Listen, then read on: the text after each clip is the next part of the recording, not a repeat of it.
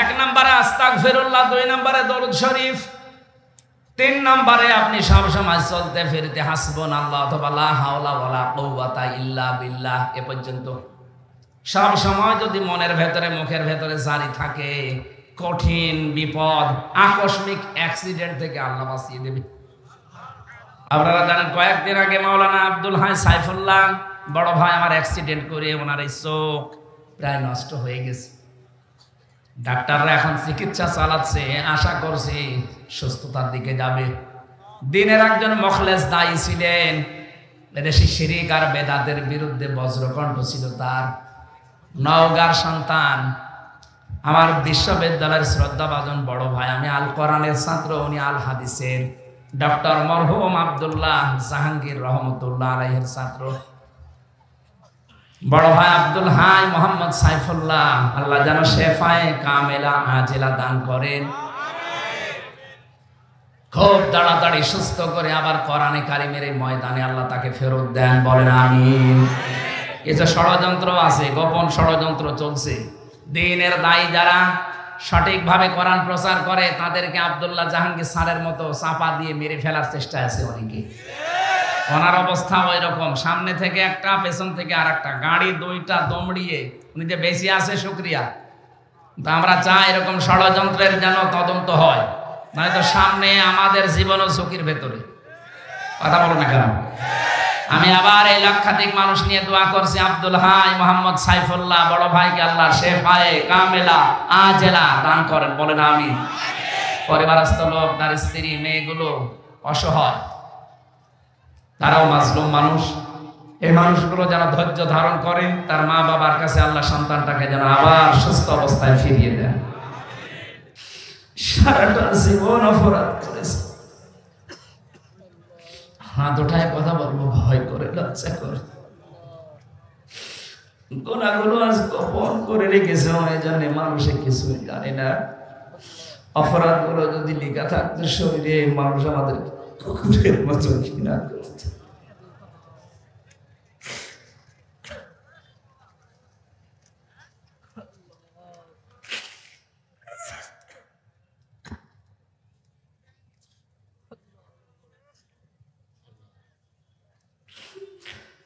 জাহান্নামের যে বর্ণনা পড়েছি, 1 সেকেন্ড সহ্য করা সম্ভব। আল্লাহ যাই করো আমাদেরকে জাহান্নামে দিও না। জান্নাতের যদি জায়গা না বারান্দায়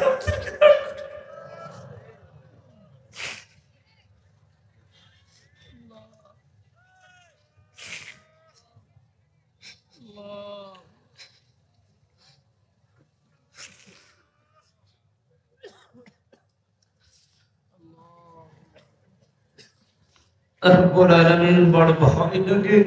নামের আগে আলেম লেখা আছে, নাজারি কিয়ামত কোটি কোটি মানুষের সামনে আবার অপমান করো কিনা? আল্লাহ অপমান করো না, তুমি সাত্তার নামে রসুল আমাদের গুনাহগুলো আল্লাহ গোপন করে দিও। চ্যানেলটি সাবস্ক্রাইব করে আমাদের সঙ্গেই থাকুন। বিসমিল্লাহির রহমানির রহিম। ইল্লাল মুসাল্লিন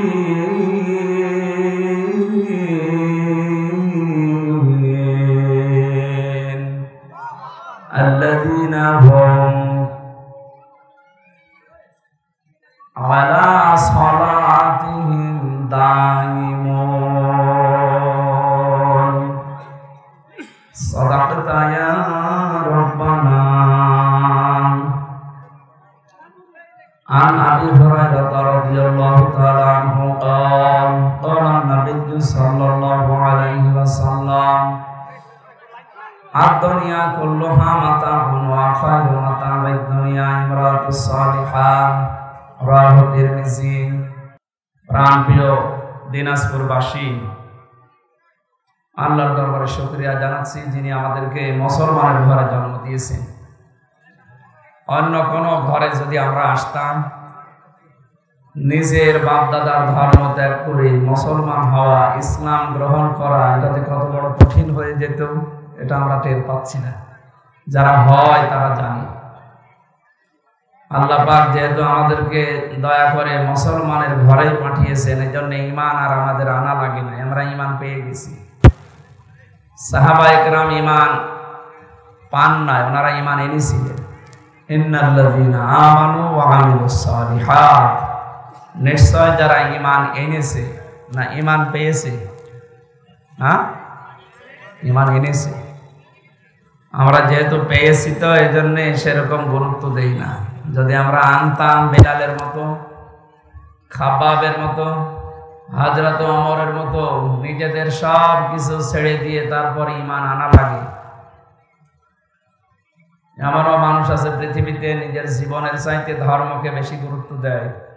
এই মানুষটার কাছে সে হিন্দু ধর্ম হোক, খ্রিস্টান হোক, ইহুদি হোক, বৌদ্ধ হোক, এই লোকটা তার নিজের ধর্মীয় সব কিছু বাদ দিয়ে ইসলাম ধর্ম গ্রহণ করছে। এটা কত কঠিন। আপনাকে যদি এখন বলা হয় যে আপনি হিন্দু হয়ে যান, তো আপনার আমার যা ঈমান আছে, হিন্দু হওয়া সম্ভব? বলেন। যে লোকটা আসতেছে তার কাছে তো এরকমই অসম্ভব, তারপরও সে অসম্ভবকে সম্ভব করে চলে আসছে আল্লাহর দ্বীনের দিকে। আর আমরা জন্মগতভাবেই এ দ্বীন পেয়েছি। এখানে অন্য ধর্মের মানুষও যদি কোরআনে কারীম শুনতে আসি, হাত্তা ইয়াসমা কালামাল্লাহি সুম্মা আবলিগহু মা'মানা, নবীজি বলেন তাকে কোরআনের কথা শোনার জন্য ব্যবস্থা করে দেবেন এবং শোনা হয়ে গেলে বাড়ি পর্যন্ত নিরাপদে পৌঁছিয়ে দেবেন। সুতরাং এই মাহফিল শুধুমাত্র মুসলমান আমরা যারা দাবি করছি আমাদের জন্য না, অন্য যত ধর্ম আছে পৃথিবীতে মানুষ পদবাচ্যে যারা বিবেচিত, সবার জন্য আজকের এই অনুষ্ঠান। যাদেরকে আল্লাহ দয়া করে রাতের বেলা আরামের ঘুম বাদ দিয়ে নিয়ে এসে বসিয়ে রেখেছেন, বলেন আলহামদুলিল্লাহ। যারা শুনতে এসেছেন আল্লাহ দায়িত্ব দিয়েছেন ফাস্তামিউ, শোনো, ওয়ানসিতু, চুপ থাকো, এই দুইটা নির্দেশ আল্লাহ। সুতরাং আজকে যে অনুষ্ঠানে এসেছেন এটা কিন্তু সাধারণ আর নেই। যদিও এটা মনে হচ্ছে জয়জন হয় ধানের ক্ষেত, যেটা এখন জান্নাতের বাগান হয়ে গেছে। আর জান্নাতের বাগানের ভেতরে কোনো জাহান্নামী মানুষকে আল্লাহ ঢুকতে দেবে না। আফামান হাক্কা আলাইহি কালিমাতুল আযাব আফান্তা তুনকিযু মান ফিন নার, সূরা জুমারের 20 নম্বর আয়াতে আছে। আল্লাহ তাআলা বলেন, হে নবী, আমি যার উপরে ফয়সালা দিয়েছি যে লোকটা জাহান্নামে যাবে, যার উপরে শাস্তি অবধারিত লিখে দেওয়া হয়ে গেছে যে লোকটা জাহান্নামে যাবে, আফা আনতা, আপনি কি পারবেন তুনকিযু মান ফিন নার, তাকে ওই জাহান্নাম থেকে বের করে নিয়ে আসতে? কে বলছেন বলেন তো? কাকে? চিন্তা করে দেখেছেন? যিনি জাহান্নামে দেবেন তিনি বলছেন, যাকে তিনি সুপারিশ করে মানুষকে বের করবেন তাকে। নবীজিকে যদি আল্লাহ বলতে পারেন, হে নবী আপনি পারবেন ওই লোকটাকে জাহান্নাম থেকে বের করে নিয়ে আসতে, প্রশ্নবোধক চিহ্ন দিয়েছেন, আফা আনতা, ইন্টারোগেটিভ সেন্টেন্স এটা। তার মানে আল্লাহ প্রশ্ন দিচ্ছেন, না আপনিও পারবেন না। নবী যদি কাউকে বের করতে না পারে, হামজা পারবে? পারবে? এই জন্য এটা যেহেতু জান্নাতের বাগান, এখানে আল্লাহ কোনো জাহান্নামী মানুষকে নিয়ে আসবে না। যারা আমরা এসেছি নবীজির এই হাদিস এবং কোরআনের আয়াত অনুযায়ী আমরা বিশ্বাস করতে পারি যে আমরা জান্নাতি, খালিদিনা ফিহা লা ইয়াবগুনা আনহা হিওয়ালা। কারণ মানুষ যদি জান্নাতে যায় সে চিরকাল থাকবে, কোনোদিন তাকে বের করে দেওয়া হবে না, লোকটা বের হতেও চাইবে না। হযরত ইদ্রিস নবীর জীবনী পড়েছিলাম তাফসিরে, খুব শখের নবী ছিলেন আল্লাহ। আজরাইল ফেরেশতা একবার ডাক দিয়ে বলেছে, মাবুদ আমি তোমার নবী ইদ্রিসের সাথে বন্ধুত্ব করতে চাই। ঠিক আছে যাও। এসে তিনি ডাক দিলেন, নবী ইদ্রিস আমি এসেছি আপনার সাথে বন্ধুত্ব করার জন্য, আমি কিন্তু সাধারণ না, আমি অসাধারণ ফেরেশতা আজরাইল, আমি জান কবজ করি। হযরত আজরাইল কথাগুলো শোনার বলার পরে নবী ইদ্রিস বললেন, ঠিক আছে আমি রাজি আছি, কিন্তু আমার শর্ত আছে কয়েকটা, আপনি যদি মানতে পারেন তাহলে আপনার সাথে আমি বন্ধুত্ব করতে পারি। কারণ এই যে বন্ধু, এই শব্দটা অনেক গুরুত্বপূর্ণ। পৃথিবীতে সবচাইতে মানুষের জীবনে প্রভাব পড়ে হয় বন্ধুর নাই বান্ধবীর। এই কথা বুঝতেছে? সবচেয়ে বেশি প্রভাব পড়ে, মানুষ নষ্ট হয় ভালো হয় কার প্রভাবে? এজন্য বন্ধ নির্বাচনের ক্ষেত্রে খুব সতর্ক থাকা দরকার। মান আল মাল ও মান আহাব্বা, যার সাথে বন্ধুত্ব করবেন কিয়ামতে আল্লাহ তার সাথে তাকে তুলবেন। এজন্য আমার মানুষের সাথে চলাফেরা বন্ধুত্ব করা ঠিক না, যে লোকটার কাজ কারবার ভালো না। হযরতে আজরাইল আলাইহিস সালাম বললেন, ঠিক আছে বলেন আপনার শর্ত কি? নবী ইদ্রিস বলেছেন, এক নম্বরে আমি জানি আপনি মানুষের জান কবজ করেন। আমি আল্লাহর বক্তব্য জানি যে পৃথিবীর সব মিথ্যা হলেও মরণের যন্ত্রণা মিথ্যা না। আপনি আমাকে এখন মেরে ফেলেন, জান কবজের যে কষ্ট এটা আমি একটু দেখতে চাই, আমার শখ এইটা। এটা কি? আমি বললাম না ক্লাস চলছে, 1 2 ছেলে মেয়েরা যেভাবে জবাব দেবে এভাবে জবাব দেবে। এটা আমার শখ। কি? আমি শখ করে মরতে চাই, যে কেমন লাগে আমি দেখি। ঠিক আছে। 2 নাম্বার শর্ত আমার, জাহান্নামে মানুষকে আল্লাহ নাকি কষ্ট দেয়, এটা আমি শুনেছি। কিভাবে মানুষ জাহান্নামে কষ্ট পায়? লা ইয়ামুতু ফিহা ওয়া লা ইয়াহইয়া। ওখানে গেলে মানুষ মরবেও না বাঁচবেও না। আপনি আমার একটু জাহান্নাম দেখাবেন, আবার বের করে দেবেন, একেবারে আমি থাকতে চাই না। 3 নাম্বার শর্ত আমার, আমি জান্নাত দেখতে চাই। জান্নাতে বিশাল নাজ নিয়ামত আল্লাহ সাজিয়ে রেখেছেন, তাজরি মিন তাহতিহাল আনহার, এর তলদেশ দিয়ে নদী আর নহর প্রবাহমান থাকবে। কিভাবে থাকবে আমি এটা দেখব। হযরতে আজরাইল আল্লাহকে বললেন, আল্লাহ গিয়েছিলাম তো নবী মনে করে ভালো জায়গায়, কিন্তু ভেজাল, মরিয়ে দেখতে চাই। আল্লাহ পাক বলেন, আজরাইল আমার বান্দা যখন আকাঙ্ক্ষা করেছে, তার শখ যখন ঠিক আছে, তারা 3টা শর্তই পূরণ করো। তিনি তাকে মেরে ফেললেন। মরণের যন্ত্রণা যে কেমন তিনি টের পেলেন, আবার জীবন দিয়ে দিলেন।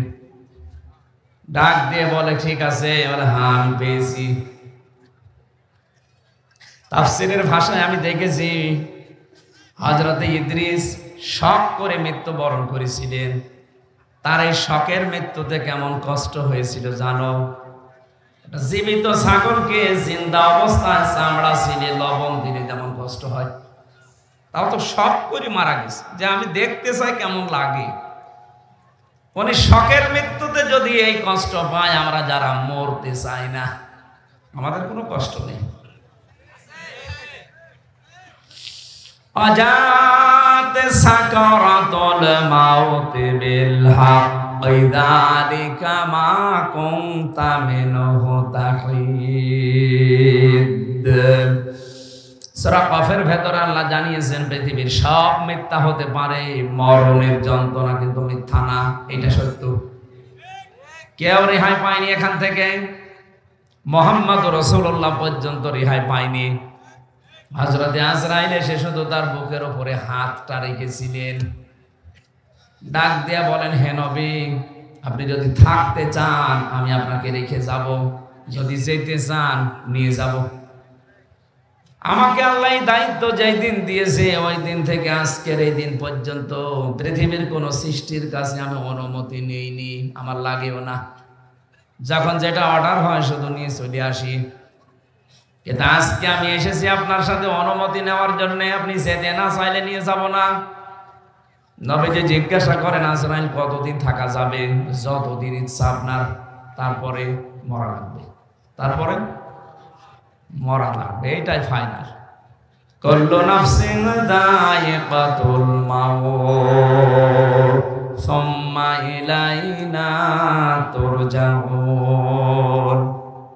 প্রত্যেকের একদিন মরা লাগবে, সবাইকে আল্লাহর কাছে ফিরে যাওয়া লাগবে। নবীজি ডাক দিয়ে বলেন, আজরাইল মরা যখন লাগবে তখন আমি আর নশ্বর দুনিয়ায় থাকতে চাই না, নিয়ে চলো আমার বন্ধুর কাছে। আমি হাদিস পড়েছি নবীজির মৃত্যুর, এই হাদিসটা ইন্তেকালের হাদিস। সাহাবী বর্ণনা করেন, নবীজি নিজে জানিয়েছেন, সাহাবী দুনিয়ার মানুষকে জানাবা আজরাইল কিন্তু শুধু আমার হাত বুকের উপরে দিয়েছিল। আমি বলেছিলাম, আজরাইল কি করো? উহুদ পাহাড় মনে হচ্ছে বুকের উপরে দিলে। ফেরেশতা বলে, হে রাসূল, আমি হাত দিয়েছি শুধুমাত্র, আমি জানি আল্লাহর পরে আপনার স্থান। দুনিয়াতে এত আসানের সাথে কারো জান আমি কবজ করেছি বলে আমার মনে হয় না। বিশ্বনবী বলেন, আজরাইল হাত সরাও, আমি আর সহ্য করতে পারি না। এটাই যদি তোমার হয় আসানি মৃত্যু, তাহলে তোমার আযাবের মৃত্যু কোনটা? বলে একটু শুরু করি তাহলে। নবীজি ওই দিন বলেছেন, আজরাইল যত কষ্ট দেওয়া যায় মৃত্যুর আমাকে দিয়ে দাও, আমার এতিম উম্মতকে তুমি এইভাবে কষ্ট দিও না। গোপন কথা, হযরতে আজরাইল ওই দিন তিনি বলে ফেলেছিলেন, হে রাসূল, আপনার উম্মতদেরকে আপনি শেষ কথাটা জানিয়ে যান। এই মানুষগুলো যদি 5 ওয়াক্ত ফরজ নামাজ আদায়ের পরে আয়াতুল কুরসির 10টা ক্ষমতার কথা আল্লাহ দিয়েছেন। কয়টা? 10টা ক্ষমতার কথা আল্লাহ এর ভেতরে দিয়েছেন। কোন উম্মত যদি আয়াতুল কুরসির ওই 10টা ক্ষমতার কথা বিশ্বাস করে ফরজ নামাজের পরে 5 বার পড়তে পারে, আল্লাহ তাকে জান কবজের জন্য আমারে পাঠালে এর চাইতে আসানে আমি জান কবজ করি। প্রশ্ন পেলাম কি? হযরতে আজরাইল আসবে, জানও কবজ করবে, কিন্তু আয়াতুল কুরসি যদি ফরজ নামাজের পরে কেউ একবার করে পড়ে, 5 ওয়াক্ত নামাজে 5 বার, আমরা যেভাবে পড়ছি এইভাবে না, এর ভেতরে 10টা ক্ষমতা কুদরতের কথা আছে। কয়টা? এগুলো আপনাকে আগে জানা লাগবে, বিশ্বাস করা লাগবে এবং প্র্যাকটিক্যাল লাইফে দেখানো লাগবে যে হ্যাঁ আমি মানি। ঝড় আসলে আপনি উল্টিয়ে যাবেন, ওর নাম পড়া না। কথা বুঝতেছেন না? আপনি বোঝেননি, আন্দাজে চিল্লিয়েছেন। আজরাইলের শর্ত ছিল কি? আপনার উম্মতদেরকে বলেন, তারা যদি আয়াতুল কুরসির ভেতরে আল্লাহর যে 10টা ক্ষমতার কথা আছে, আল্লাহ যে 10টা পাওয়ার, শক্তি, কুদরতের কথা আল্লাহ দিয়েছেন, এটা যারা 5 ওয়াক্ত ফরজ নামাজের পরে পড়বে, শুধু পড়বে না, বিশ্বাস করবে এবং তাদের জীবনে তারা দেখাবে, তাদের জান কবজ হবে এমন অবস্থায় মনে হয় মায়ের স্তন মুখ লাগিয়ে ঘুমিয়ে পড়েছে। তাহলে আমরা যদি আমলটা শুরু করতে পারি, অন্তত মরণের যন্ত্রণা থেকে আমরা রেহাই পেয়ে যাব। নাকি? সমস্যা হয়ে দাঁড়িয়েছে যে 10টা বিষয়। আমার তো যতটুকু বাস্তবতা আমি দেখতেছি, দেশে 10টা না, একটা আমরা মানি না। তাহলে আয়াতুল কুরসি কিয়ামত পর্যন্ত পড়ি আপনি কি করবেন? আজরাইলের হাত থেকে যদি মরণের যন্ত্রণা থেকে বাঁচতে হয়, আয়াতুল কুরসি পড়া লাগবে ঠিক, কিন্তু ওই 10টা বিশ্বাস করি। প্রথম নাম্বারে, আল্লাহু লা ইলাহা ইল্লা হুয়াল হাইয়ুল কাইয়্যুম। আল্লাহ পাক এখানে তার প্রথম ক্ষমতার কথা দিয়েছেন, আল্লাহু লা ইলাহা। এই যে ইলাহ,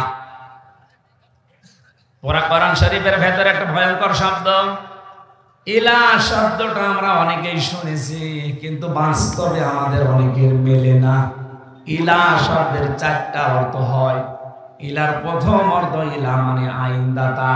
ইলাহ মানে, একটু আসতে বলেন, আপনি নিরপেক্ষ দৃষ্টি দিয়ে বলেন তো, আপনি কি সত্যি আল্লাহর আইনের পক্ষের লোক? না।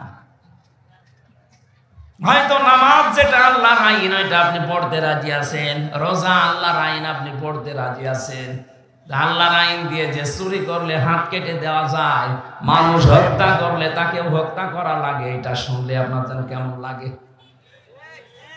আপনি আল্লাহর আইনের পক্ষের লোক না। আমি কথা বোঝাতে পারি না।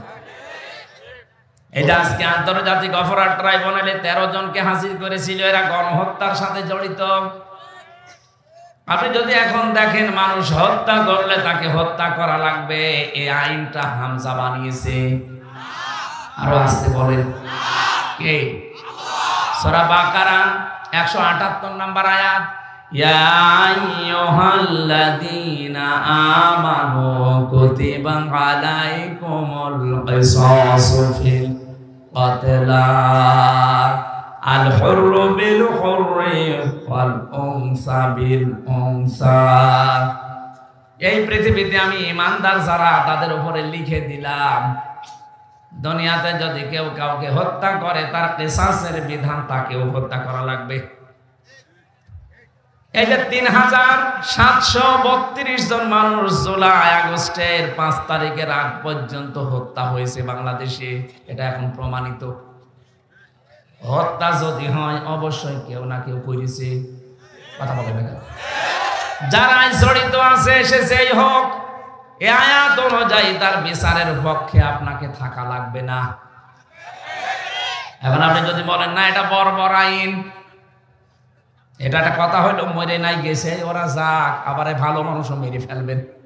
আপনি কি আল্লাহর চাইতে বেশি মায়া দেখাচ্ছেন ওরে? যিনি বানিয়েছে তার চাইতে আপনার মায়া বেশি। এ দুনিয়াকে শান্ত করার জন্য, পৃথিবীকে যদি ভারসাম্য পূর্ণ করতে চান, এই বিধানটা কায়েম করাই লাগবে, নাই তো বিনা কারণে মানুষ হত্যা আপনি বন্ধ করতে পারবেন না। আল্লাহ বুঝে শুনে আইন দিয়েছেন, জানে মানুষের দুর্বলতা কোথায়। একটা মানুষকে যদি বাইতুল মুকাররমের সামনে নিয়ে ওই জায়গায় এক কোপে দুনিয়া থেকে বিদায় করে দেওয়া হয়, আগামী কিয়ামত পর্যন্ত এই দেশে বিনা কারণে কেউ কাউকে হত্যা করার আদেশ দেবে না। দিয়েছিল না ৬ সালে? উনি আদেশ দিলেন সারা দেশ থেকে আসো, লগে বইটা নিয়ে আসো। কেন আপনি দিলেন এটা? আল্লাহকে আপনাকে ওহী নাযিল করে জানিয়েছে যে লগে বইটা নিয়ে আসতে বলো, মানুষ পিটিয়ে মেরে লাশের উপরে ড্যান্স দাও বলেছিল। কোন কারণে এটা করলেন? আপনি হুকুমের হুকুমের আসামি না আপনি? এখন আন্তর্জাতিক অপরাধ ট্রাইব্যুনাল যেটা দিয়ে বিচার হয়েছিল ৭১ সালের, এটা এখন ২৪ সালের বিচার হচ্ছে। আজকে থেকে অলরেডি আরম্ভ হয়ে গেছে। এখন প্রমাণ তো সব আমাদের কাছে আছে, তামাম দুনিয়া এখন কত আপডেট, সব প্রমাণ ভিডিও ক্লিপ আকারে আছে। জামালপুরের এক মন্ত্রী ছিল টাকলা মুরাদ, তার মাত্র ৬ মিনিট ৩২ সেকেন্ডের একটা অডিও ক্লিপ ফাঁস হয়েছিল মাহির সাথে। বিশ্রী ভাষায় কথা বলেছিল, ওটা রেকর্ড হওয়ার পরে ওটা ইন্টারনেটে চলে গেছে। তাও ভিডিও না, অডিও ক্লিপ মাত্র ৬ মিনিট ৩২ সেকেন্ডের। এটা যদি ফাঁস হয়ে তার মন্ত্রিত্ব চলে যায়, তার দলীয় পদ যায়, তার যা ছিল সব থেকে এদেশের সরকার তাকে বাদ দিয়েছে। কথা বলেন না কেন? আর আপনি এই ২ মাসে যা করেছিলেন জুলাই আগস্টে, সব কিন্তু ভিডিও, সব ভিডিও। আপনি কি মনে করছেন এখানে আমি বসে আছি কেউ দেখতে পারছে না? আমেরিকায় বসে বসে দেখতেছে। এই জন্যই তো আজ হারুন আঙ্কেলকে খুঁজে পাওয়া যাচ্ছে না। যে বিপ্লব কুমার সরকার পাওয়া যাচ্ছে না, জানে যে যেখান থেকে যাই করেছি আমি মাটির নিচে বসে সিদ্ধান্ত নিলে ওখানে ওইটা ওরা ফিট করে রেখেছে। এত উন্নত তারা। তামাম দুনিয়া জানতেছে যে হ্যাঁ এগুলো ভিডিও ক্লিপ সব ধরা আছে। ২০০৬ সাল থেকে ২৪ সাল পর্যন্ত যত কিছু করেছেন এখন সবগুলোর বিচার সামনে। আমরা চাই মানুষ হত্যা করার বিচার, যেহেতু মানুষ হত্যা করা লাগবে, যদি প্রমাণ হয় এগুলো কোনো বিচার নাই, একবারে এদের শেষ করে দিন। সামনের দুনিয়ায় যারা আসবে চেয়ারে তারা চিন্তা ভাবনা করে মানুষ মারার অর্ডার দেবে। আর এখন যদি এরা ছাড় পেয়ে যায়, সামনে যারা চেয়ারে বসবে ওরা বলবে চল, অসুবিধা নেই। এই জন্য দুনিয়ার ভারসাম্য রক্ষা করার জন্য বিচার খুব দরকার। আরে বিচার সম্পন্ন করার জন্য, ন্যায় বিচার করার জন্য আল্লাহর আইন মাস্ট বি লাগবে। এই জন্য ইলাহ শব্দের প্রথম অর্থ আইন। ইলাহ মানে যিনি আইন বানাতে পারেন। আলাহুল খালক ওয়াল আমর তাবারাকাল্লাহু রাব্বুল আলামিন। বলেন আল্লাহু আকবার। আল্লাহ পাক বলেন আমি বানিয়েছি দুনিয়া, কারো সাহায্য আমার লাগেনি, আমি বানিয়েছি। আলাহুল খালক ওয়াল আমর, দুনিয়া আমি বানিয়েছি, এখানে আইনও চলবে আমি আল্লাহর। এখন এই যে বিচার আরম্ভ হয়ে গেছে, চলছে। এই কয়েক বছরে 15.5 বছরে যে বিচার আমরা দেখলাম, দেখে অনেকেই খুশি ছিল, হ্যাঁ ঠিক আছে ওরা অপরাধী, ওদের বিচার করেন। আরে ওটা 50 বছর আগে, আর আপনি একেবারে টাটকা অপরাধী। ওরা তো 71 সালে 50 বছর পার হয়ে গেছে, আর আপনারটা মাত্র 2-3 মাস আগের। বিচার আরো কত তাড়াতাড়ি হওয়া দরকার। সত্যি যদি বিচার যেভাবে হচ্ছে হবেও, আমি আশা করছি হবেও, যদি হয়ে যায় এই দেশ দেখবেন ঠান্ডা হয়ে যাবে। এই বিশ্বাস নিয়ে আপনাকে আয়াতুল কুরসি পড়া লাগবে যে আমি আল্লাহর আইনের পক্ষের লোক। কেউ হত্যা করেছে, হ্যাঁ তাকে মেরে ফেলা লাগবে, কোনো মায়া মহাব্বত এখানে নেই। কেউ চুরি করেছে, তার হাত কেটে দেওয়া লাগবে, এইটাই বিধান। এখন যদি বলেন হ্যাঁ একটা জীবিত মানুষের হাত কেটে দেবে, একটা কথা হইলো, আপনি আল্লাহর চাইতে বেশি বোঝেন। আমার রিমান্ডে যারা নিয়েছিল ওই অফিসারগুলো ওই মাটির নিচে আয়না ঘরের ভেতরে, ওরা মাঝে মাঝে এমন কথা বলতো মনে হচ্ছে যে আল্লাহর চাইতে বেশি বোঝে। আল্লাহরও ভুল ধরত না, এটা ঠিক হয়নি আল্লাহ। আমি বাকিগুলো নাই বললাম না, ওইটা বলা আমার উদ্দেশ্য না। আমি শিক্ষা দিচ্ছিলাম ইলাহ মানে আইনদাতা। আল্লাহ কি আইনদাতা না? বলেন। 2 নম্বরে ইলাহ মানে সার্বভৌম ক্ষমতার অধিকারী। আমি কিন্তু এই যে কোরআন শরীফ সামনে নিয়ে বলছি, আল্লাহর কসম আমি কোনো দিকে টেনে বলছি না, যা আছে তাই বলছি। ইলার দ্বিতীয় অর্থ কি বললাম? সার্বভৌম ক্ষমতার অধিকারী। সার্বভৌমত্বের অধিকারী কে বলেন তো?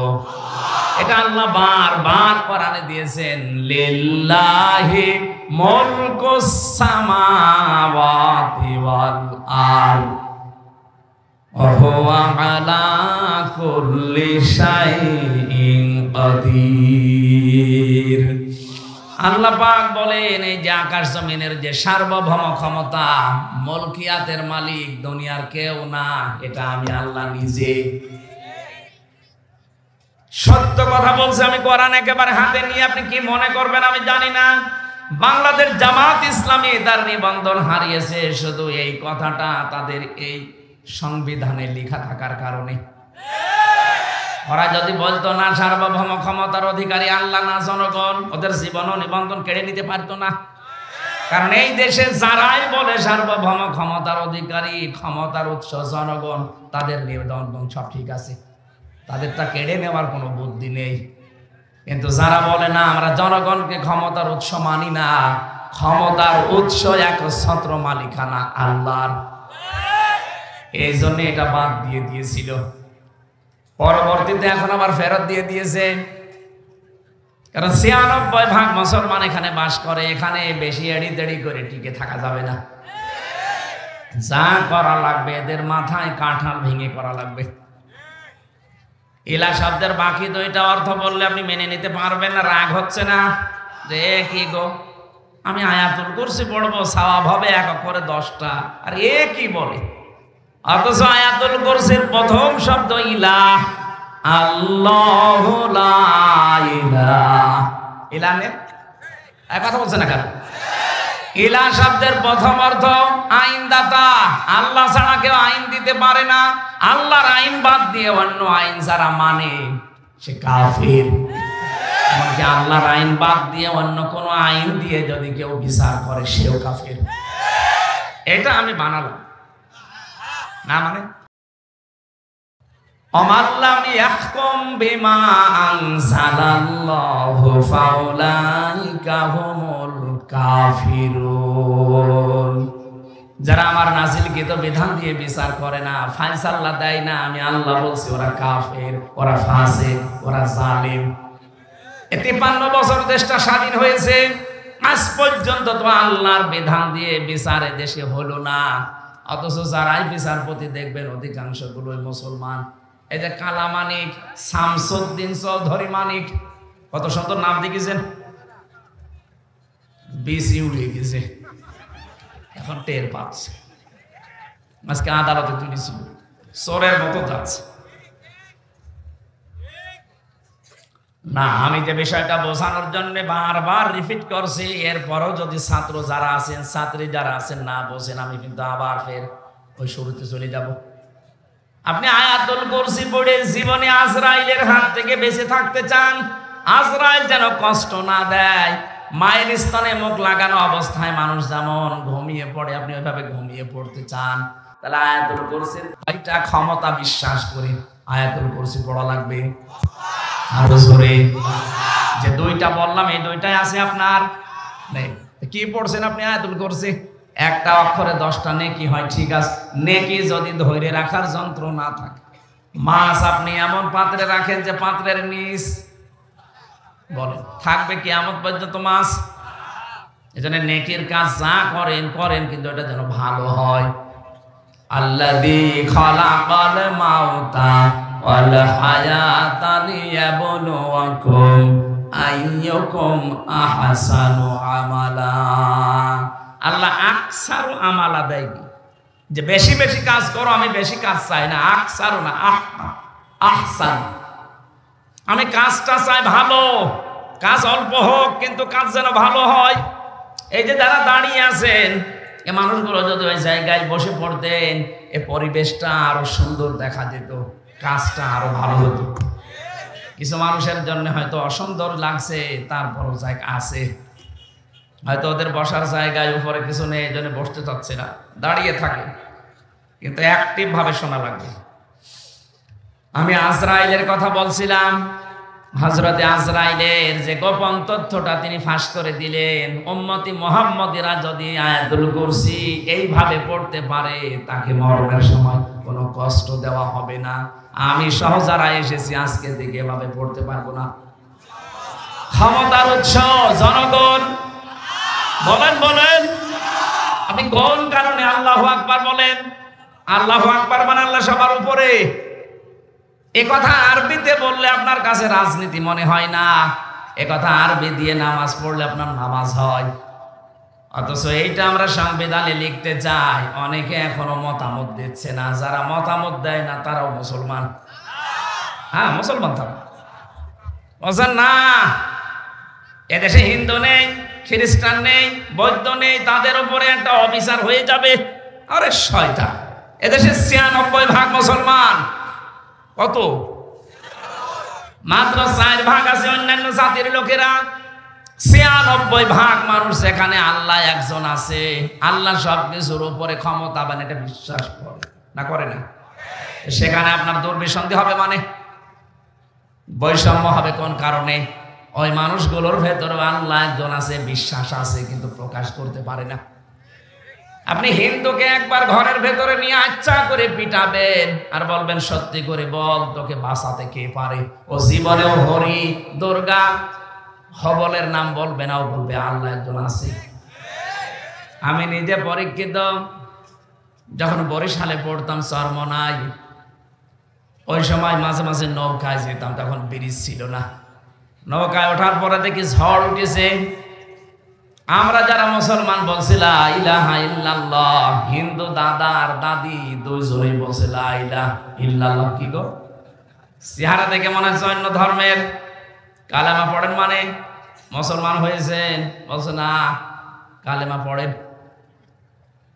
আমারে বলছে যে ঝড় উঠেছে, এ ঝড়ে কালী দুর্গার কাজ না, এ আল্লাহ লাগবে।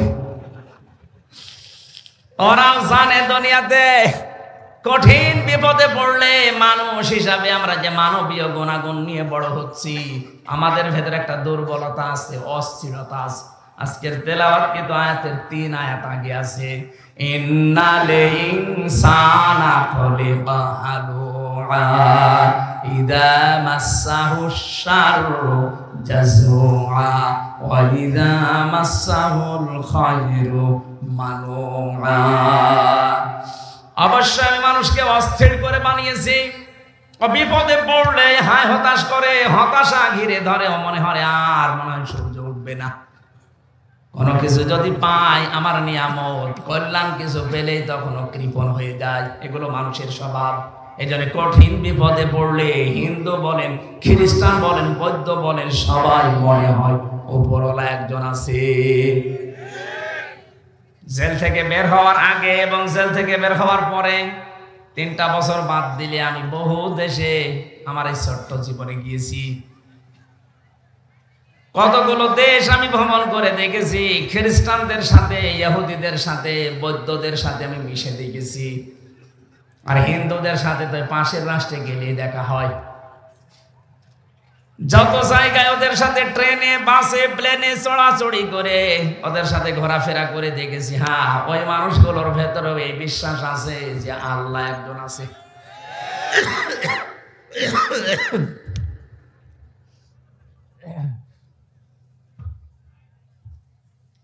হয়তো সরাসরি আল্লাহ এটা বলে না, কিন্তু উপরওয়ালা বলে। কি বলে? উপরওয়ালা বলে ডাকে। কয়েকদিন আগে আমি ইংল্যান্ডে ছিলাম, কি সিঙ্গাপুরে গিয়েছিলাম, ওখানে খ্রিস্টান বেশি। যে মানুষগুলো আমার সাথে দেখা করতে এসেছিল, যাওয়ার সময় নেতা গোছের মানুষ, তারা ওই দেশ চালায়। ওনারা আমাকে এই শর্ত দিয়েছে যে আপনি কথা বলবেন আপনার ধর্মীয় গ্রন্থ যেটা আছে কোরআনে কারিম, ওরা কোরআন জানে, কোরআন থেকে কথা বলেন, কিন্তু কোনো ধর্মকে আপনি ছোট করবেন না। আমি বলেছি কোনো ধর্মকে আমি ছোট করার জন্য আসি নাই, কিন্তু সত্য ধর্ম যেটা সেটা আমি তুলে ধরবই। ৪,৫০০ ধর্ম আছে দুনিয়াতে, আল্লাহর কাছে মনোনীত মাত্র একটা ধর্ম, ইন্নাদ-দীনা ইনদাল্লাহিল ইসলাম। আল্লাহ পাক বলেন আমার কাছে একমাত্র মনোনীত পছন্দনীয় ধর্মের নাম ইসলাম। বাকি ৪,৫০০ যা আছে সব মানুষের বানানো, মানুষ উলট পালট করেছে। শিক্ষিত মানুষ তো ভেতরে যেহেতু বিবেক আছে, একটু নাড়া দিয়েছে। আমি বললাম আপনার এখনই মুসলমান হওয়া দরকার নেই, এখনই ঈমান আনা লাগবে না, আপনি চিন্তা ভাবনা করেন। ইংরেজি ভার্সন পাওয়া যায়, কোরআনের তাফসির বের হয়েছে, আপনি পড়েন, পুরাটা একবার পড়ে আমার সাথে বলবেন। এই যে নাম্বার, হোয়াটসঅ্যাপ সব দিয়ে গেলাম, কথা বলবেন। আমি মাঝে মাঝে যোগাযোগ করি, কি কত দূর হয়েছে। কেউ বলে 2 পারা চলছে, কেউ 3 পারা। ওরা ইংরেজিতে ড্রাইভিং করা, ওইগুলো পড়ে। টনি বেলাওয়ারের শালিকা, টনি বেলাওয়ার নাম শোনেননি? এই লোকটার শালি ছিল, ছোট শালি। ও আমেরিকা থেকে ইরানের তেহরান বিমানবন্দরে এসে নেমেছে। ওকে খ্রিস্টানরা গোয়েন্দা হিসাবে পাঠিয়েছে। ও কিন্তু অনার্স মাস্টার্স করা একটা মেয়ে। বিশ্ববিদ্যালয় থেকে, তাও পৃথিবীর নাম করা বিশ্ববিদ্যালয় থেকে অনার্স মাস্টার্স করে, ডক্টরেট করে, পিএইচডি করে এসে নেমেছে। কোটি কোটি ডলার তাকে দিয়েছে যে মুসলমানদের কাছে যাবে তাদের ঈমানটা ধ্বংস করার জন্য। খুব সুন্দরী মহিলা, আপনি ইন্টারনেটে সার্চ দেবেন, পাবেন। এত ফর্সা, ওর উপরে যেগুলো দেখা যায় এগুলো যদি এত ফর্সা হয়, বাকিগুলো নাই নাই বললাম। এত সুন্দরী। তেহরান বিমানবন্দরে নামার পরে এক মুসলমান এগিয়ে এসেছে। ও মাই ব্রাদার, এদিকে আসেন। ডাক দেওয়ার পরে বলছে আপনারা ইসলাম মেনে চলেন। আরে ইরান একটা মুসলমান রাষ্ট্র। তেহরানের বিমানবন্দরে নেমে বলছে আমার একটা ইসলাম জানার জন্য অথেন্টিক বই দিন। ইসলাম আমি জানতে চাই, আমি মানব না, আমি মুসলমান হব না, কিন্তু ইসলাম আমি জানতে চাই। নির্ভেজাল ইসলাম জানা যাবে যেই বই পড়লে, ওই বই দিন। আপনার কাছে কোনো হিন্দু এসে যদি বলে যে আমি মুসলমান হব না, কিন্তু আমি ইসলাম জানতে চাই, তার অধিকার নেই। কথা বলছে না কেন? কোরআন শরীফ কি আপনার বাবার নাকি? হাদা বায়ানুল লিন্নাস, বায়ানুল লিন্নাস। এখানে আল হাজা বায়ানুল লিল মুসলিমিন দেয়নি, যে মুসলমানদের জন্য না, মানুষ পদবাচ্যে যারা বিবেচিত সবার জন্য কোরআন শরীফ। আমি আপনার বিবেকের কাছে বলছি, কোন খ্রিস্টান এসে যদি বলে হামজা আমি মুসলমান হব না, ঈমান আনবো না, কিন্তু আমি ইসলাম জানতে চাই, আপনি জবাব দিতে পারবেন না যে তার অধিকার নেই? অধিকার আছে না? এখন প্রশ্ন আসতে পারে, কোরআন শরীফ ওযু ছাড়া তো ধরা যায় না, ও তো খ্রিস্টান, ও তো হিন্দু মানুষ, ওর তো ওযু নেই। আমি রিমান্ডে এক অফিসার পেয়েছিলাম, দেবদুলাল। এর কোরআন শরীফের যে আয়াত আছে, আমি একটা হাফেজ মানুষ, আমি কোরআনের উপরে অনার্স মাস্টার্স করেছি, অথচ ওর কাছে মনে হচ্ছে যে আয়াত আমার শেখা লাগবে। এমন এমন আনকমন আয়াত বলে, বাংলা অর্থ বলেন।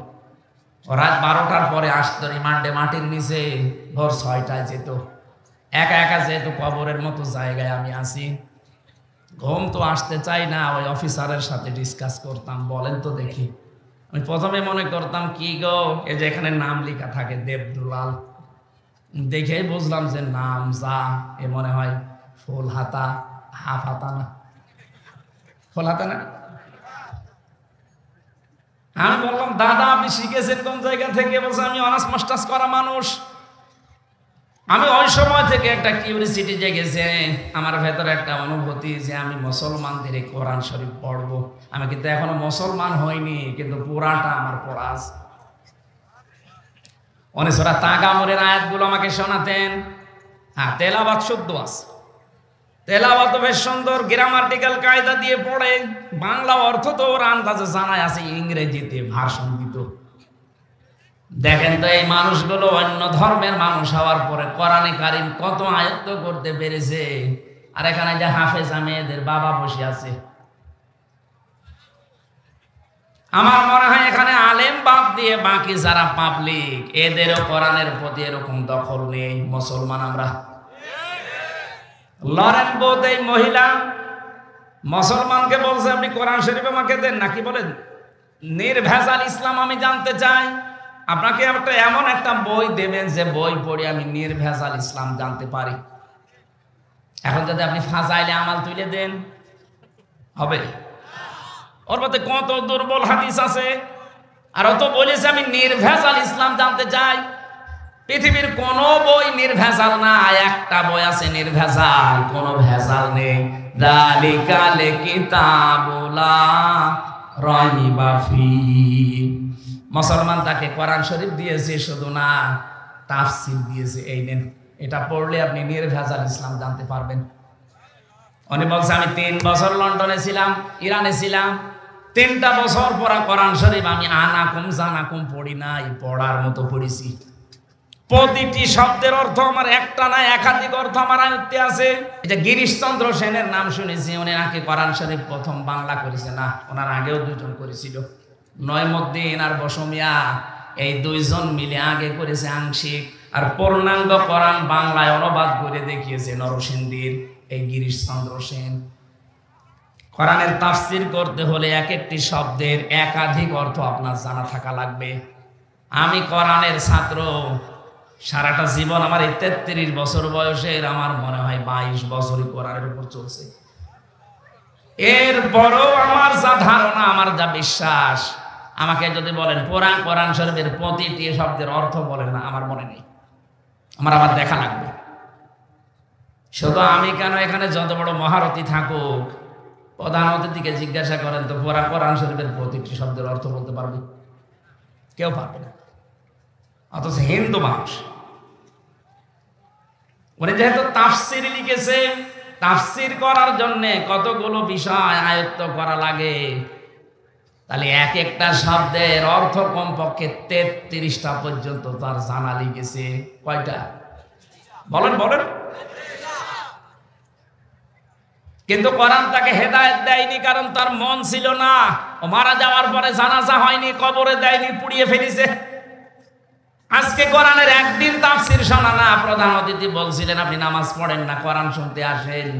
শুধু আজকের এই একদিন না, কিয়ামত পর্যন্ত যদি এখানে তাফসীর হতেই থাকে, আপনার যদি মন তৈরি না হয় যে আমি ভালো হব, হামজা না হামজার বাবা আসলে আপনার কিছু হবে না। লরেন বোধ 3টা বছর পড়েছে, শুধু কোরআন শরীফ না, 86 তার 6টা হাদিস ওর সাথে তাফসীর আকারে মিলিয়ে পড়েছে। পুরাটা 3 বছর শেষ করার পরে মুসলমান হয়ে গেছে। সাংবাদিকরা ডাক দিয়ে বলছে কি আপনি একজন খ্রিস্টান। তামাম দুনিয়ায় সবচাইতে বেশি মানুষ বাস করে কোন ধর্মে? খ্রিস্টান। বলেন বলেন। এরপরে মুসলমান। আমরা হচ্ছে 175 কোটি, আর ওরা 250 কোটি। বাকি অন্যান্য জাতির লোকরা আছে তামাম দুনিয়ায় 750 কোটি মানুষ আছে, 257টা রাষ্ট্র আছে। সব চাইতে বড় রাষ্ট্রের নাম বাংলাদেশ।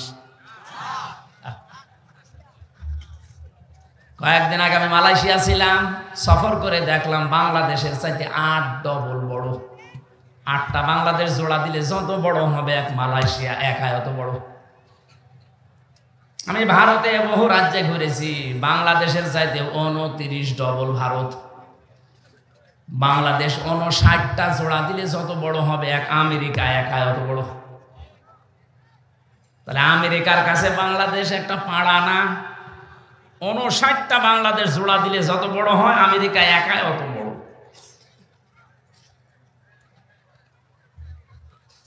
মাঝে মাঝে মানচিত্রের দিকে তাকিয়ে দেখবেন বাংলাদেশে 257টা রাষ্ট্রের ভেতরে মনে হয় কলমের একটা মাথার মতো, তাও বোঝা যায় না।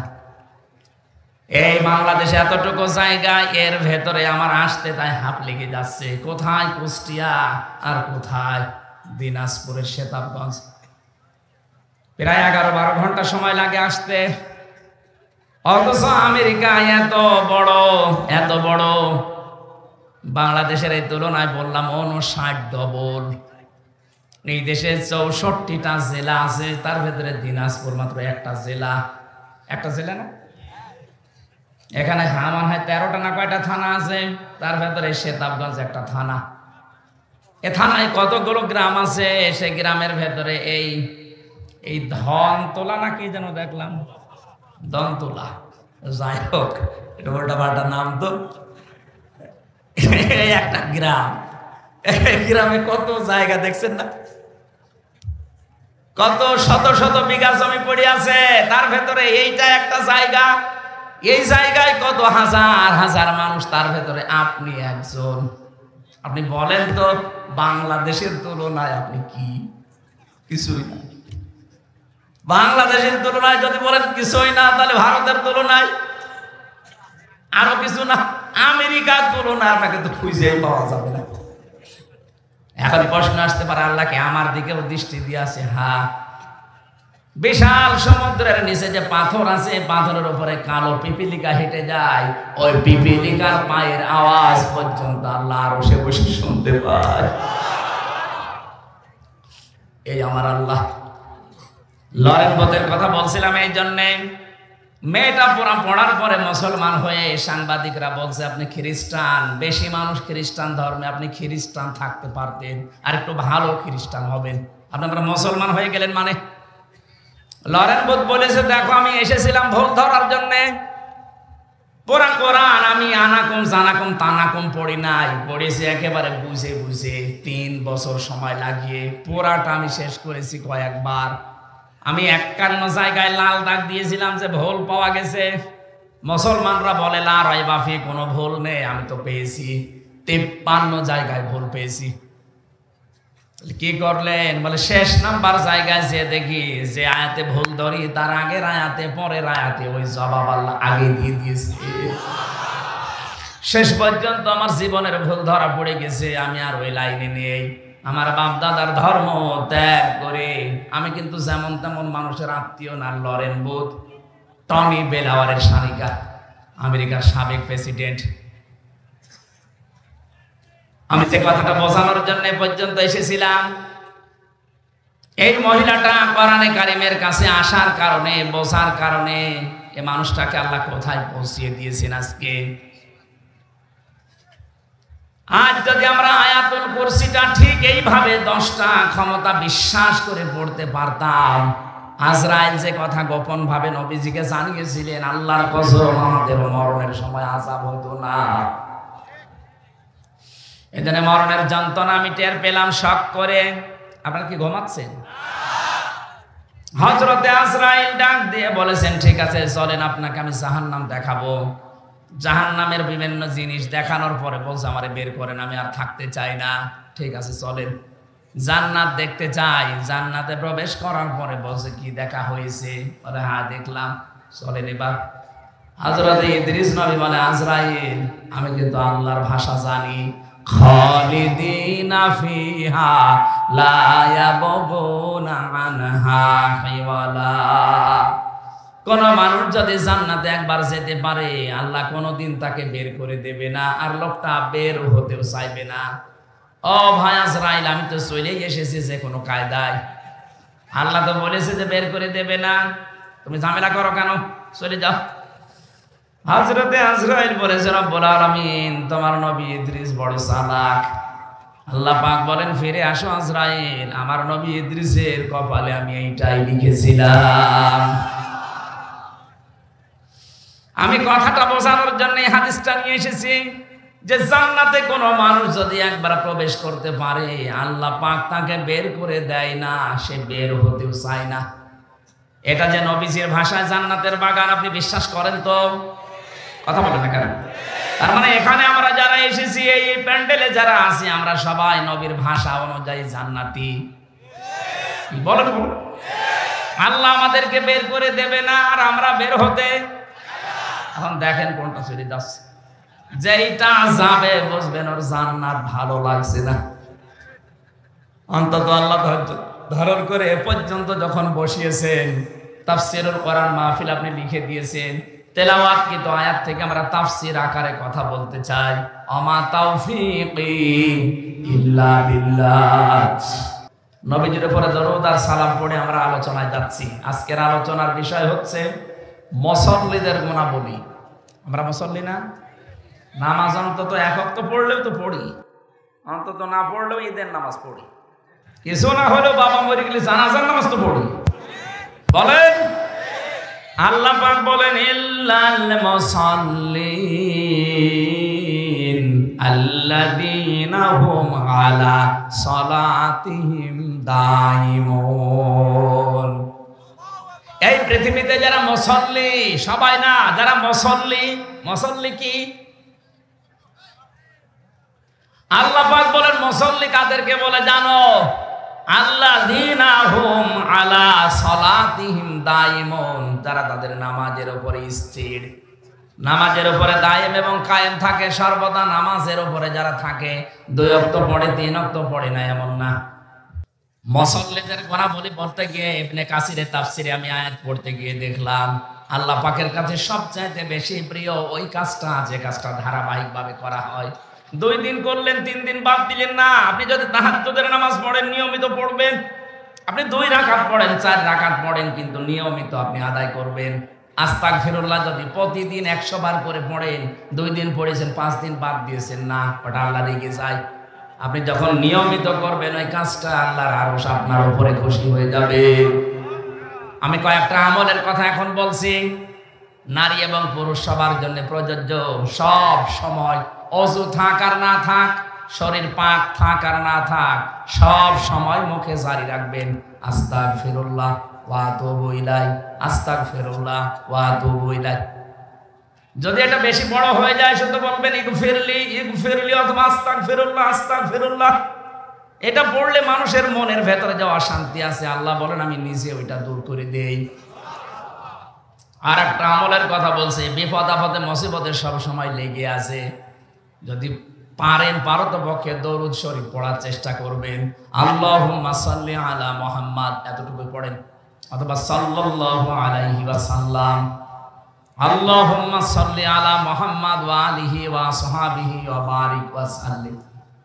এরপরে আরো 2টা আমল আছে। নবীজি বলেন, কেউ যদি এটা সব সময় বলে হাসবুনাল্লাহ হাসবুনাল্লাহু ওয়া নি'মাল ওয়াকিল, নি'মাল মাওলা ওয়া নি'মান নাসির। আর ইউনূস নবী বিপদে পড়ে যে দোয়া পড়েছিলেন, ওইটাও পড়তে পারেন, লা ইলাহা ইল্লা আনতা সুবহানাকা ইন্নী কুনতু মিনাজ জালিমিন। কয়টা বললাম মনে আছে আপনাদের?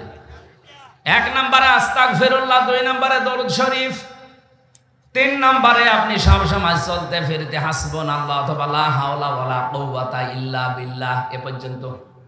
সব সময় যদি মনের ভেতরে মুখের ভেতরে জারি থাকে, কঠিন বিপদ, আকস্মিক অ্যাক্সিডেন্ট থেকে আল্লাহ বাঁচিয়ে দেবে। আপনারা জানেন কয়েকদিন আগে মাওলানা আব্দুল হাই সাইফুল্লাহ বড় ভাই আমার অ্যাক্সিডেন্ট করে ওনার এই চোখ প্রায় নষ্ট হয়ে গেছে। ডাক্তাররা এখন চিকিৎসা চালাচ্ছে, আশা করছে সুস্থতার দিকে যাবে। দিনের একজন মখলেস দায়ী ছিলেন, এদেশে শিরিক আর বেদাতের বিরুদ্ধে বজ্রকণ্ঠ ছিল তার। নওগাঁর সন্তান, আমার বিশ্ববিদ্যালয়ের শ্রদ্ধাভাজন বড় ভাই। আমি আল কোরআনের ছাত্র, উনি আল হাদিসের। ডক্টর মরহুম আব্দুল্লাহ জাহাঙ্গীর রহমতুল্লাহ আলাইহির ছাত্র। বড় ভাই আব্দুল হাই মোহাম্মদ সাইফুল্লাহ, আল্লাহ যেন শেফায়ে কামেলা আজেলা দান করেন, খুব তাড়াতাড়ি সুস্থ করে আবার কোরআনে কারিমের এই ময়দানে আল্লাহ তাকে ফেরত দেন, বলেন আমিন। এই যে ষড়যন্ত্র আছে, গোপন ষড়যন্ত্র চলছে, দ্বীনের দায়ী যারা সঠিকভাবে কোরআন প্রচার করে তাদেরকে আব্দুল্লাহ জাহাঙ্গীর স্যারের মতো চাপা দিয়ে মেরে ফেলার চেষ্টা আছে অনেকে। ওনার অবস্থা ওই রকম, সামনে থেকে একটা, পেছন থেকে আর একটা, গাড়ি দুইটা দমড়িয়ে উনি যে বেশি আছে শুকরিয়া। তা আমরা চাই এরকম ষড়যন্ত্রের যেন তদন্ত হয়, নয়তো সামনে আমাদের জীবনও ঝুঁকির ভেতরে। কথা বলো না কেন? আমি আবার এই লক্ষাধিক মানুষ নিয়ে দোয়া করছি, আব্দুল হাই মোহাম্মদ সাইফুল্লাহ বড় ভাইকে আল্লাহ শেফায়ে কামেলা আজেলা দান করেন, বলেন আমিন। পরিবারস্থ লোক, তার স্ত্রী, মেয়েগুলো অসহায়, তারাও মাজলুম মানুষ। এই মানুষগুলো যেন ধৈর্য ধারণ করে, তার মা বাবার কাছে আল্লাহ সন্তানটাকে যেন আবার সুস্থ অবস্থায় ফিরিয়ে দেন। তাহলে মুসল্লিদের কথা বলছিলাম, নিয়মিত করবেন আপনি। 2 ওয়াক্ত পড়েন, 3 ওয়াক্ত পড়েন না, কোন কারণে বলেন তো? আপনার কি মনে হয় যে নামাজ এরকম ইয়ারকি মারা জিনিস? কোন মানুষ যদি নামাজ ছেড়ে দেয়, আল্লাহ বলেন আমি ওকে ছেড়ে দেই। টের পেয়েছেন কি বললাম? কোন মানুষ যদি ফরজ নামাজ বাদ দিয়ে দেয়, আল্লাহ বলেন আমি ওকে বাদ দিয়ে দেই। আপনি যে আল্লাহর বান্দা, এ কথা আল্লাহ স্বীকার করে না। কিয়ামতের ময়দানে আল্লাহ মানুষের ভেতরে যখন বিচার করবেন, হঠাৎ এই আলতাফুরকে সামনে নিয়ে হাত ধরে নবীজি বলবেন, এই যে আমার উম্মত, বিচার করেন। আল্লাহ বলবেন বিচার করা যাবে, কিন্তু এইভাবে না, ঘিরে কুদরতের চাদর দিয়ে চারিদিকে ঘিরে ফেলবে আলতাফকে। আল্লাহ ডাক দিয়ে বলবে, বান্দা এই এই কাজগুলো করেছিলি। আপনার 60 বছর 70 বছরের রেকর্ড আল্লাহ দেখাবে। প্রশ্ন আসতে পারে, এত বড় রেকর্ড কোথায় পাবে? আরে ভাই, একটা সিডি ক্যাসেটের ভেতরে 2.5-3 ঘন্টার ওয়াজ যদি আপনি এতটুকু জায়গায় সেভ করে রাখতে পারেন, 2 কাঁধে যে ফেরেশতা আছে, ওরা মেমোরি কার্ড নিয়ে বসে আছে, চোখের পলক পর্যন্ত তারা লিখতে আছে। কিয়ামতের ময়দানে আল্লাহ ওইটা সামনে দিয়ে বলবে, পড়, ইকরা কিতাবাকা কাফা বিনাফসিকাল ইয়াউমা আলাইকা হাসিবা। তুই জান্নাতে যাবি না জাহান্নামে যাবি, কাউকে জিজ্ঞাসা করার দরকার নেই, তুই নিজে আজ যথেষ্ট। দিনাজপুরবাসী খুব খেয়াল করে শোনেন, আমি তো আলতাফ ভাইকে বললাম, আমাদের প্রত্যেককে আল্লাহ নিজের সামনে নবীজি হাত ধরে বলবেন, আল্লাহ এই আমার উম্মত, বিচার করে। আপনি এবার নিজের সাথে বিচার ব্যবস্থাটা মিলান তো। আমাকে যদি আল্লাহ নিয়ে যে বলে, হামজা এই যে দিয়ে দিলাম আল্লাহর কাছে, নাও। আল্লাহ যদি বলে, হামজা ধরে আমি 33 বছর বয়স, 2024 সালের অক্টোবর মাসের 31 তারিখ পর্যন্ত তোর মাফ করে দিলাম, যা, তোর হিসাব দেওয়া লাগবে না।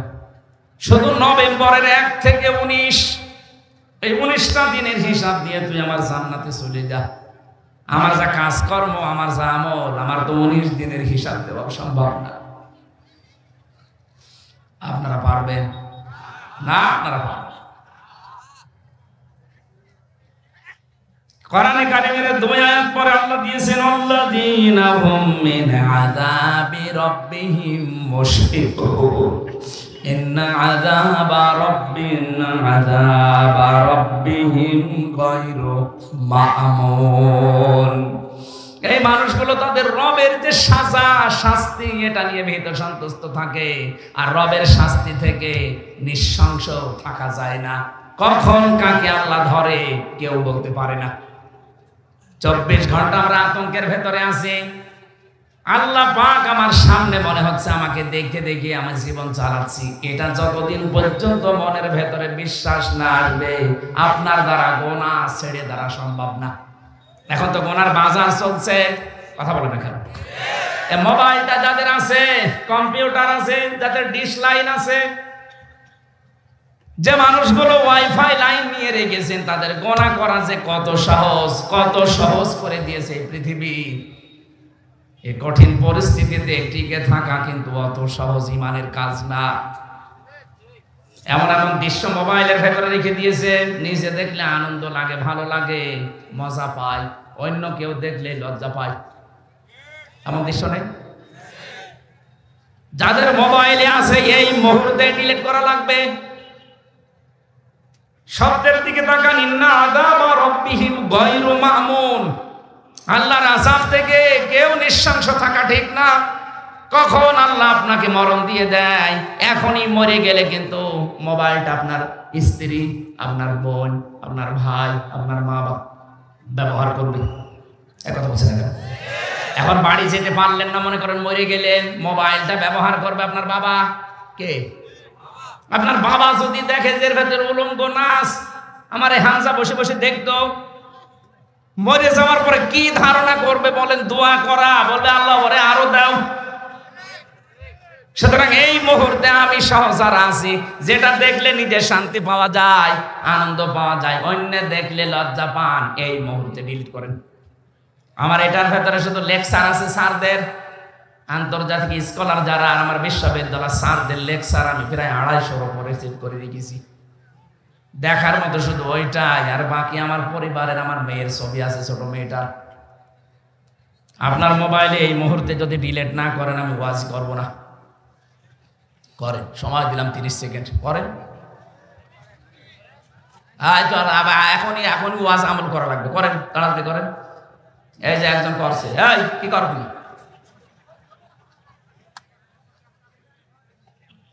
নেন, ভিডিও করছে, আপনি করছেন কিনা করেন, তাড়াতাড়ি করেন। যার মোবাইল আছে অ্যান্ড্রয়েড মোবাইল, এই মুহূর্তে মোবাইল থেকে ভিডিও অপশনে যান। কারা কারা যেটা নিচে দেখলে শান্তি পান, অন্য দেখলে কষ্ট লাগে, আনন্দ লাগে না, কখন লজ্জা বোধ হয়, এরকম সিন আছে? কারা কারা ডিলিট করবেন হাত তোলেন তো। ওই একজন শুধু কি আছে আপনার মোবাইলে? দাঁড়িয়েলা মানুষ আপনি দেখেন? কে মরব্বে কি আছে মোবাইলে? দেখে পরে মনে নাকি কি আছে দেখি।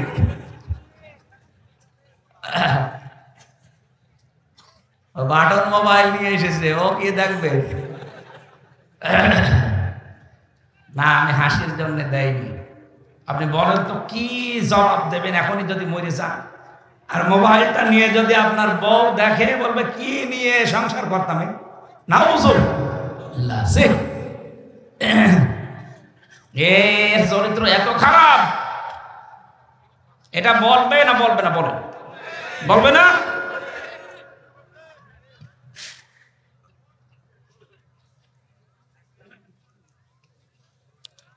আমাকে বেশি বলে ফেললাম। এটা মোবাইলে আছে না নেই বলেন তো? যারা মুসল্লি তাদের কিছু গুনাহ আল্লাহ এবার দিচ্ছেন, শোনেন। আল্লাহ পাক বলেন, আল্লাহ ওয়াল্লাযীনা ফি আমওয়ালিহিম হাক্কুম মা'লুম লিস-সাইলি ওয়াল মাহরুম ওয়াল্লাযীনা ইউসাদ্দিকুনা বিয়াউমিদ্দিন।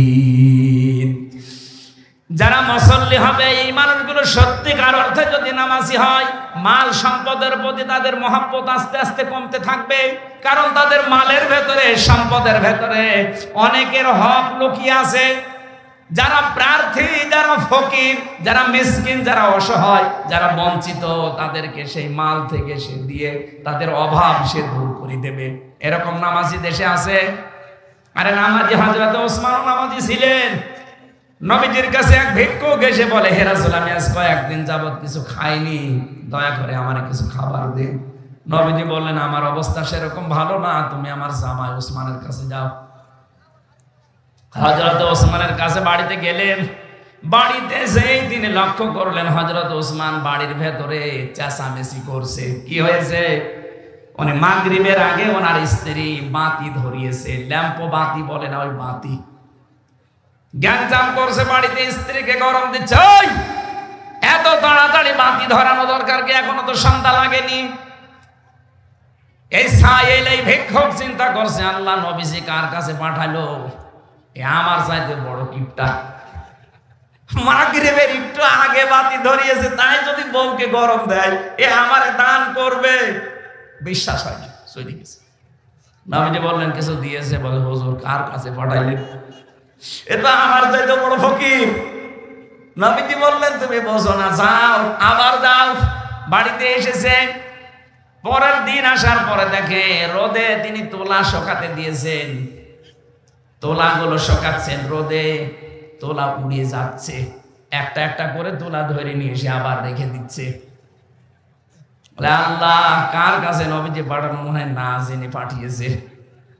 একটা তোলা উড়িয়ে যায় তাই যদি নিয়ে এসে রেখে দেয় তা আমারও কয় টাকা দেবে? বিশ্বাস হয়নি, ফেরত গেছে। ডাক দিয়ে বলে নবী দরকার হয় আপনি কিছু দেন, নাই তো ওর কাছে পাঠাবেন না। ঠিক আছে, তুমি আজকে শেষ পর্যন্ত যাও। আজকে এসেছে, তাকিয়ে দেখছে উঠানের ওপরে রোদে গুড় শুকাতে দিয়েছে, গুড় মিষ্টি জাতীয় জিনিস, পিপিলিকা নিয়ে যাচ্ছে, পিঁপড়ার মুখ থেকে ধরে ধরে খুলে গিয়ে আবার জায়গায় রেখে দিচ্ছে। লোকটা দৃশ্য দেখে বলছে আল্লাহ না, আমি চাবো না, এর কাছে চাবো আমি অপমান হবো। নবীদের কাছে গিয়ে বলছে হুজুর আপনি হয় কিছু দেন, নাই তো বলে দেন যে আমি পারবো না, আপনি ওই লোকের কাছে পাঠাবেন না। বিশ্ব নবী বলেন আজকে শেষবারের মতো যাও।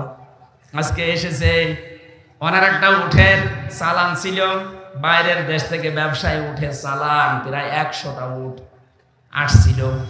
সাহস করে এবার নবীজির কথায় বিশ্বাস করে তিনি চাইলেন, বলে আল্লাহর নবী আমাকে পাঠিয়েছে, আপনি দয়া করে আমার কিছু দান করেন, আমি ক্ষুধার্ত। হযরত ওসমান বলেন ঠিক আছে, এখনো তো কাছে সেরকম কিছু নেই, ওই যে ব্যবসার মাল আসতেছে, ওই যে উট ভর্তি মাল আসতেছে, যে উট তোমার পছন্দ হয় উটটা নিয়ে চলে যাও। লোকটা বলছে আল্লাহ এ কি ইয়ার কি মারছে, যে লোকটা পিপিলিকার মুখ থেকে গুড় কেড়ে নিতে পারে, তুলা উড়ে গেলে তুলা আবার নিয়ে এসে রেখে দেয়, সন্ধ্যার আগে বাতি ধরালে বউকে গরম দেয়, আরে বলছে উট ভর্তি মাল আমার নিয়ে চলে যাও। আপনি সত্যি করে বলেন তো, আপনি কি আমার সাথে ঠাট্টা করেন কেন? আমি কিন্তু 3 দিন এসেছি আপনার বাড়িতে, আজকে দিয়ে 4 দিন আসলাম, 3 দিনের যে আচরণ দেখলাম আজকের সাথে মিলছে না, সত্যি করে বলেন আপনি কি করেন? হযরত ওসমান বলে দেখো আল্লাহর বান্দা, প্রথম দিন এসে তুমি দেখেছি আমি গরম দিয়েছি স্ত্রীকে, এমনি না, আমি জানি পৃথিবীতে আল্লাহ পাক শুধু অপচয়কারীকে শয়তানের ভাই বলে আখ্যা দিয়েছে। ইন্নাল মুবাদ্দিরিনা কানু ইখওয়ানা শায়াতিন, দুনিয়ায় যারা অপচয় করে এরা কিন্তু শয়তানের ভাই। পৃথিবীর কোন অপরাধ করলে শয়তানের ভাই, এই কথা কোরআনে আমি পাইনি। এই একটা আয়াত সূরা বনী ইসরাঈলে আছে, যারা অপচয় করে ওরা আর মানুষ থাকে না, ওরা শয়তানের ভাই হয়ে যায়। মাগরিবের আগে আমার স্ত্রী লম্প বাবাতি ধরিয়েছে, কোন কারণে যে অপচয় করবে এটা তো আমি মেনে নিতে পারি না, এই কারণে তাকে গরম দিয়েছিলাম শিক্ষা দেওয়ার জন্য। দ্বিতীয় দিন যে তোলা উড়ে যাচ্ছিল, তোলা আসলে আমার ছিল না, আমার কাছে আমার বন্ধু রেখেছিল আমানত, নষ্ট হয়ে যাচ্ছিল, আমি শুকাতে দিয়েছিলাম। মানুষের আমানত আমার কাছে আছে, সেটা উড়ে চলে যাবে, আর আমি আমানত বসে বসে খেয়ানত করব না, এই শিক্ষা আমি পাইনি। আজ বাংলাদেশের মানুষ যারা দায়িত্বে ছিল, 1628 জন মানুষ দায়িত্বে ছিল, এই মানুষগুলো যদি হযরত ওসমানের মতো এইভাবে অ্যাক্টিভ ভাবে কাজ করত, আল্লাহর কসমের দেশ থেকে কিয়ামতের আগে তারা ক্ষমতা থেকে যেত না। আপনি আমানতের দায়িত্ব পেয়ে সব খেয়ানত করে বসে আছেন। ভূমির দায়িত্ব দেওয়া হয়েছিল, জমি জায়গার যে মন্ত্রী, ভূমি মন্ত্রী, তাও প্রতিমন্ত্রী, সেই লোকটার নাকি 620টা বাড়ি। কয়টা লাগে বাড়ি আপনার? বলেন কয়টা লাগে বাড়ি?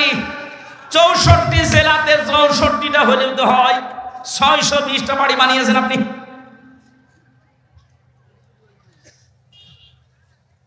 আমানতের যারা খেয়ানত করে ওরা আর মানুষ থাকে না, ওরা মুনাফিক হয়ে যায়।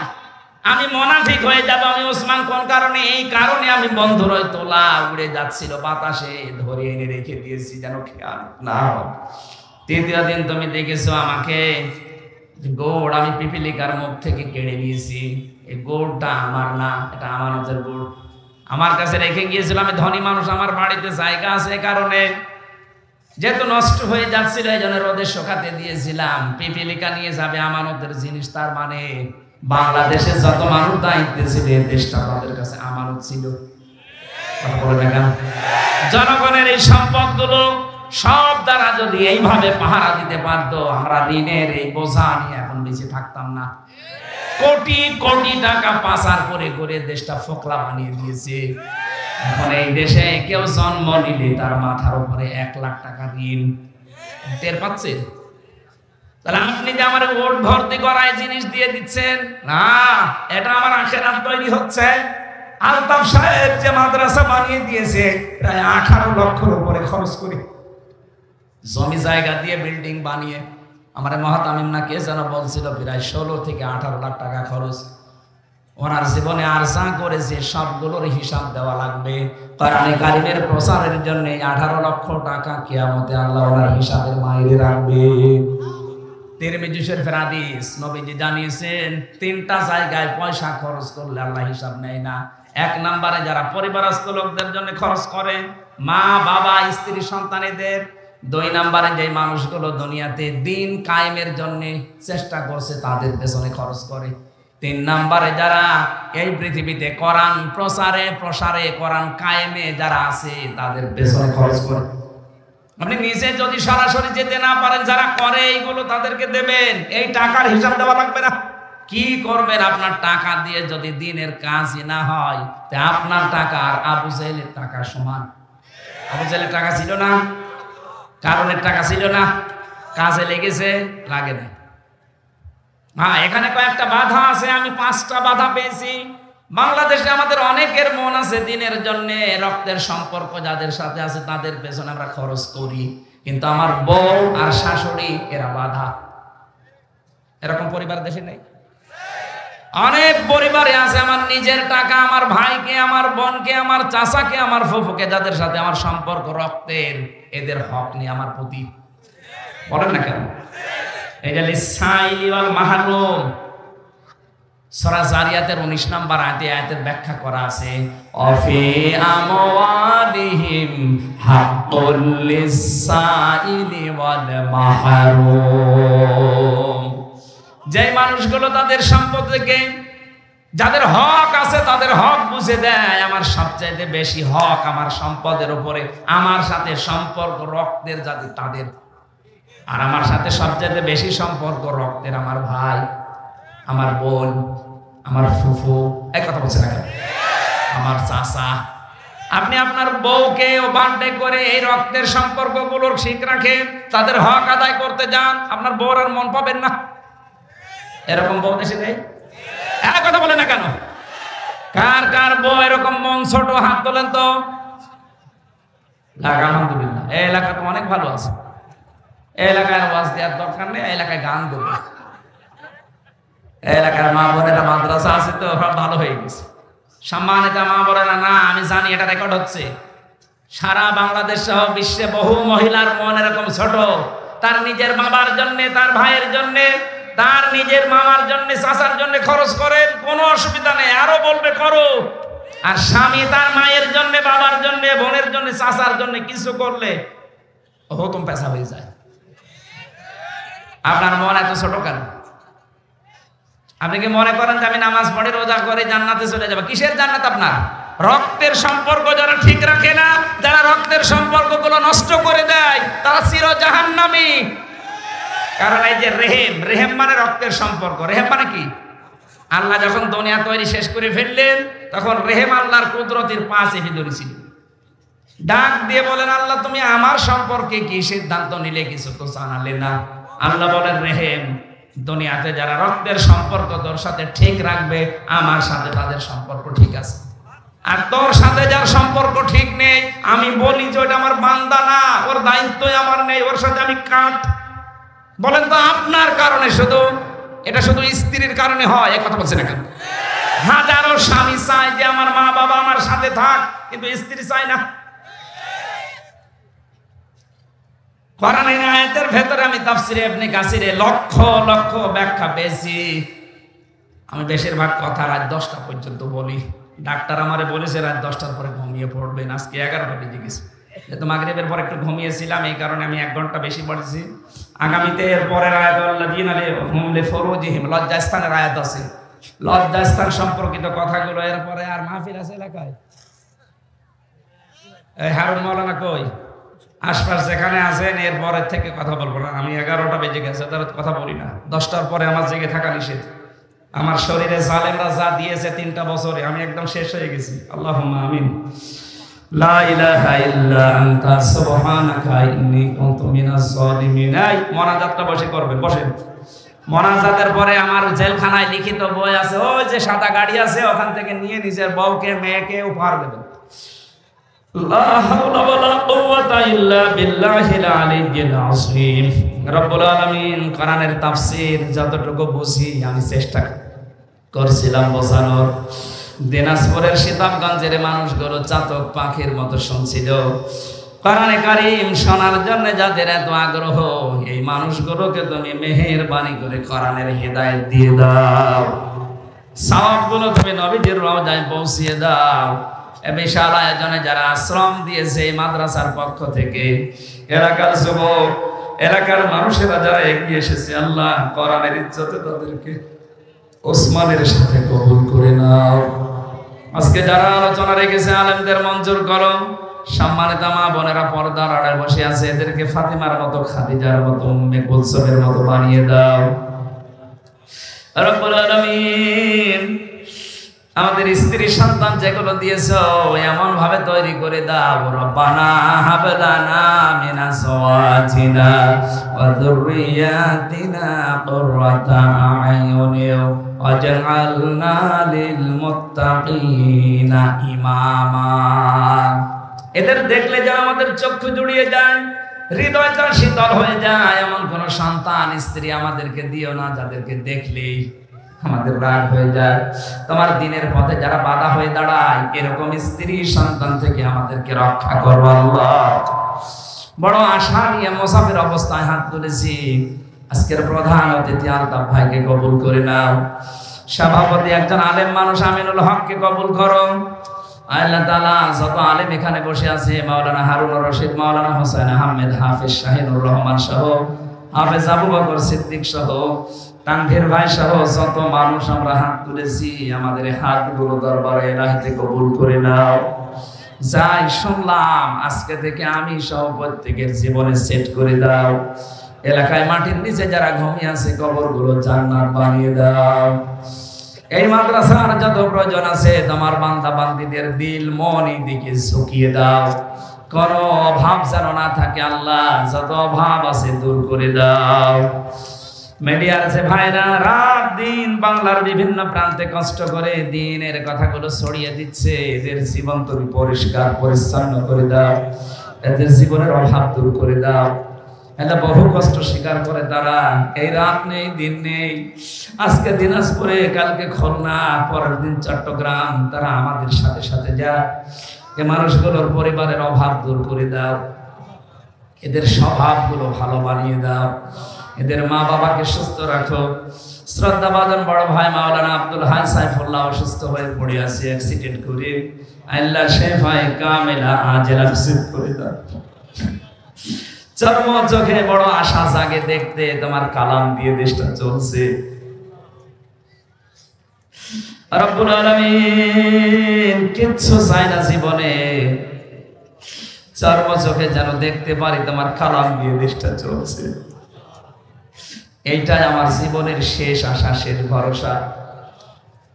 জীবনে কিছুই যদি তোমার ভালো না লাগে, আজকের এই দৃশ্য দেখে কোরআনে কারীমের হাতে এই দেশটা তুলে দাও। আল্লাহ, গোনা থেকে বাঁচা তোমার রহমত ছাড়া সম্ভব না। মুসল্লিদের যে গুণাবলী তুমি বললে, এগুলো আমাদের 100 ভাগ আমল করার তৌফিক দাও। তোমার ভয় আমাদের কলিজার ভেতরে ঢুকিয়ে দাও। মাওলানা হোসেন ভাই তার বাবাকে হারিয়েছে, আমি তো আমার বাবা মা দুইটাই বেঁচে আছে, আমি জানি না। তার বাবাটা হারিয়েছে, তোমার ওই এতিম বান্দার হাতের দিকে তাকিয়ে বাবাকে মাফ করে দাও। সারাটা জীবন অপরাধ করেছে, হাত ওঠায় কথা বলবো ভয় করে, লজ্জা করে। গুনাহগুলো আজ গোপন করে রেখেছে, এই জন্য মানুষে কিছুই জানে না। অপরাধগুলো যদি লেখা থাকতো শরীরে, মানুষ আমাদের কুকুরের মতো ঘৃণা করত।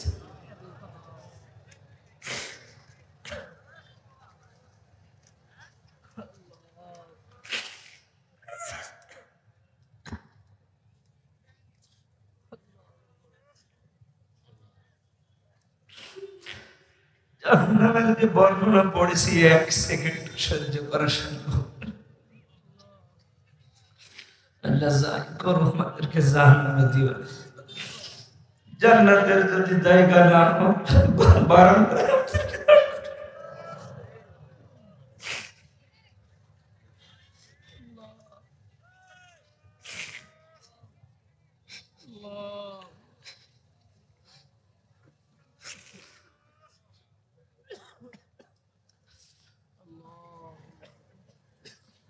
রব্বুল আলামিন বড় ভয় লাগে। নামের আগে আলেম লেখা আছে, নাজারি কিয়ামত কোটি কোটি মানুষের সামনে আবার অপমান করো কিনা, আল্লাহ অপমান করো না। তুমি সাত্তার নামে রসুল আমাদের গুনাহগুলো আল্লাহ গোপন করে দিও। কখন কার কাছে আজরাইল আসে জানি না, যখনই আসবে যেন একটা বার হলে পড়তে পারি লা ইলাহা ইল্লাল্লাহু মুহাম্মাদুর রাসূলুল্লাহ।